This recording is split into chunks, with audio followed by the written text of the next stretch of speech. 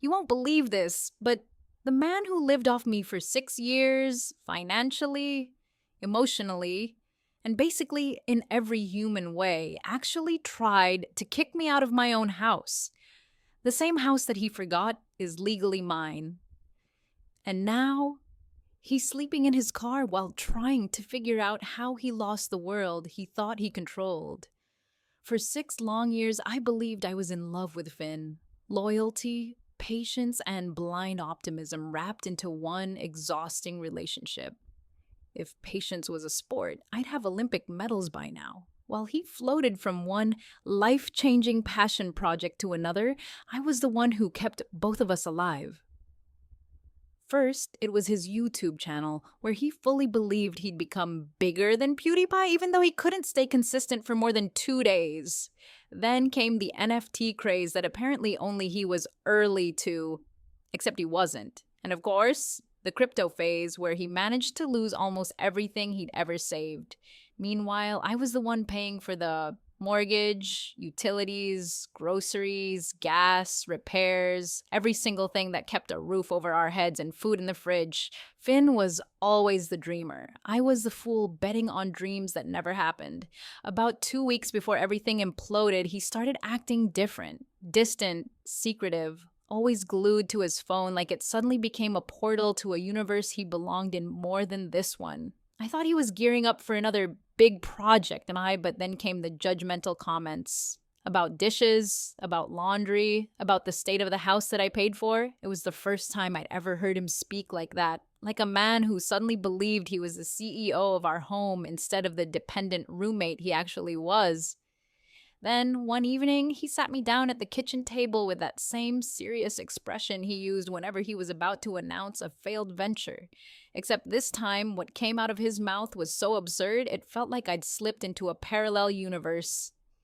"I think we should break up," he said. "You don't do enough around the house." I laughed. I genuinely thought it was a joke. But when his face didn't move, when he stared at me with full seriousness, something inside me cracked. This man I'd financially carried for 6 years, was accusing me of not contributing enough. When I asked him what the hell he meant, he doubled down.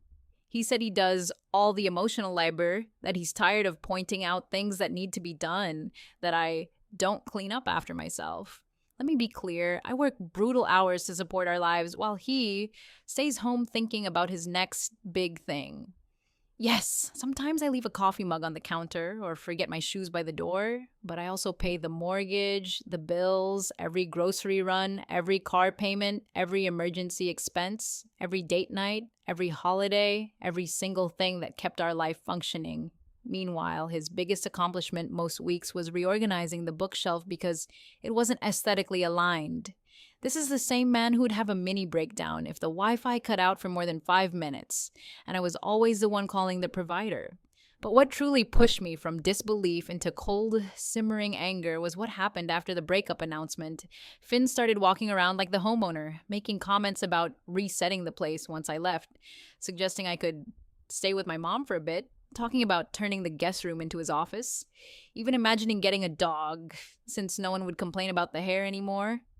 For the next week, I watched Finn strut around the house like some self-appointed king. He left messes everywhere, stayed up gaming until 4 a.m., and acted like he was graciously letting me stay until I figured out my next steps. Every time he spoke, he sounded like a man practicing his victory speech in a mirror. I stayed quiet, calm, patient, not because I was defeated, but because I was waiting to see how deep this delusion really ran. Then he dropped the bomb. He told me he was having a friend over. His voice was clipped, cold, detached, as if I were a roommate intruding on his sacred personal space. In my house. When the doorbell rang, I opened the door, and there she was. A woman with a bright smile, a bottle of wine, and the kind of energy people have when they think they're walking into a promising new chapter.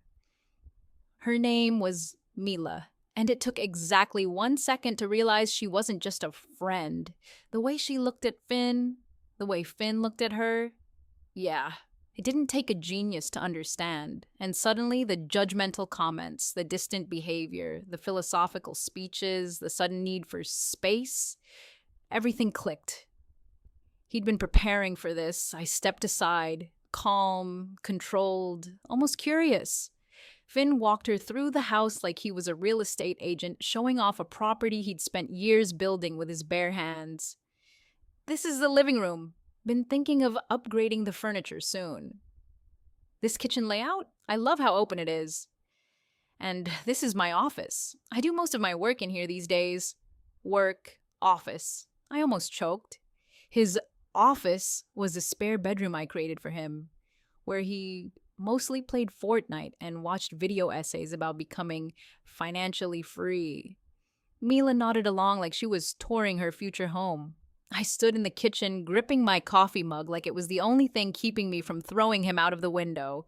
Then, because apparently humiliation comes in layers, Finn pulled me aside with this patronizing, almost benevolent smile. I think it's best we start working on a timeline for when you'll move out. No rush, of course. But Mila and I want to start planning. Planning? Planning what? A housewarming party in my living room? I smiled back. Oh, the kind of smile that makes devils nervous. Don't worry about me, I told him softly. I'm handling everything. He looked so proud of himself, so convinced he'd pulled off the greatest power move in breakup history. That night, he slept like a man who believed the world was unfolding exactly as he designed it. The next morning, I made my move. While Finn was snoring in the bed I paid for, I called a locksmith. Quiet, efficient, in and out in under an hour. Every lock replaced, every door secure. When Finn finally wandered into the kitchen, stretching like he was stepping out of a hotel suite, I sipped my tea and delivered the line I'd been waiting to say. Oh, by the way, I had the locks changed this morning. You'll need to pack your things and be out by the end of the day. The way he froze mid-step, the way the color drained from his face. I will carry that memory with me forever. What? What do you mean? You can't do that. I leaned back in my chair, calm, unbothered, almost bored. I absolutely can. It's my house, my name on the deed, my payments, my rules, and now you're not welcome here. He sputtered, stuttered, tried to twist the story, tried to guilt trip, begged, argued, pleaded, yelled. He cycled through every emotional manipulation trick like a desperate actor auditioning for a failing show. I thought you loved me. I thought we were building something. You can't do this to me! But the performance fell flat. The audience, me, was done. Then Mila arrived. Oh, the timing was immaculate. She walked in expecting cozy vibes with her new man and instead saw Finn packing his belongings in pathetic little piles while I stood there with my arms crossed, reminding him not to forget his gaming chair. Mila blinked, her voice shaky. Wait, this isn't your house? Finn didn't answer because he couldn't. By sunset, they were gone. I poured myself a glass of wine, curled up on the very couch he'd wanted to replace, and exhaled, finally, after years of carrying a man who never learned how to walk on his own. And yes, in case you're wondering, I later heard Finn was couch hopping with friends until they got tired of him, and that Mila dumped him the second she realized the truth. Just when I thought Finn had finally run out of ways to embarrass himself, he came back swinging with one last desperate attempt to rewrite reality. And of course, it was even more unhinged than everything he'd already done. A few days after throwing him out, I got a call from my sister Nora while we were having lunch. She kept checking her phone, fidgeting, glancing at me like she was waiting for the right moment to confess a crime. Finally, she sighed and said the words no one wants to hear. Don't be mad. Turns out Finn had reached out to her. He'd fed her some melodramatic sob story about how he had invested everything into our relationship and how I'd left him homeless and broken. He even showed her a few old screenshots of bills, conveniently forgetting to mention they were paid using my money because he didn't have any. And the cherry on top? He asked her for money. Not $20, not $100, $2,000. I nearly choked when she told me, But then she showed me the text exchange, and suddenly the anger melted into stunned admiration. Not only did she give him the money, she made him sign an actual IOU contract with repayment terms, interest, and his car as collateral. She knew he was lying. She wanted proof. She wanted the rope he'd eventually hang himself with. But Finn? Oh, he wasn't done. Caleb, our mutual friend, messaged me a day later. Finn had been telling everyone that the house was basically his because we were practically married. He claimed he'd done all the work to build our life together and that I'd manipulated paperwork to shut him out. He even bragged to some people that he was planning a housewarming party months before the breakup, already imagining himself as the owner before he even tried to take anything. And then the universe delivered the most ridiculous gift, screenshots of Finn's social media posts where he painted himself as a tragic hero abandoned by a greedy, cold-hearted woman. According to him, I stole his future, ruined his dreams, and emotionally drained him. He called himself a survivor, a victim, a misunderstood genius. I laughed so hard my stomach hurt. I'd had enough. I crafted one final message to our group of mutual friends, clean, calm, factual, devastating. I stated that the house was legally mine, that Finn never contributed a penny, and that he had been lying for months. I hatched copies of the deed, the utility bills, and the lease agreements. I didn't add emotion. I didn't insult him. I just exposed the facts. And the silence that followed? Beautiful. Finn called me screaming, furious, hysterical, telling me I ruined his life.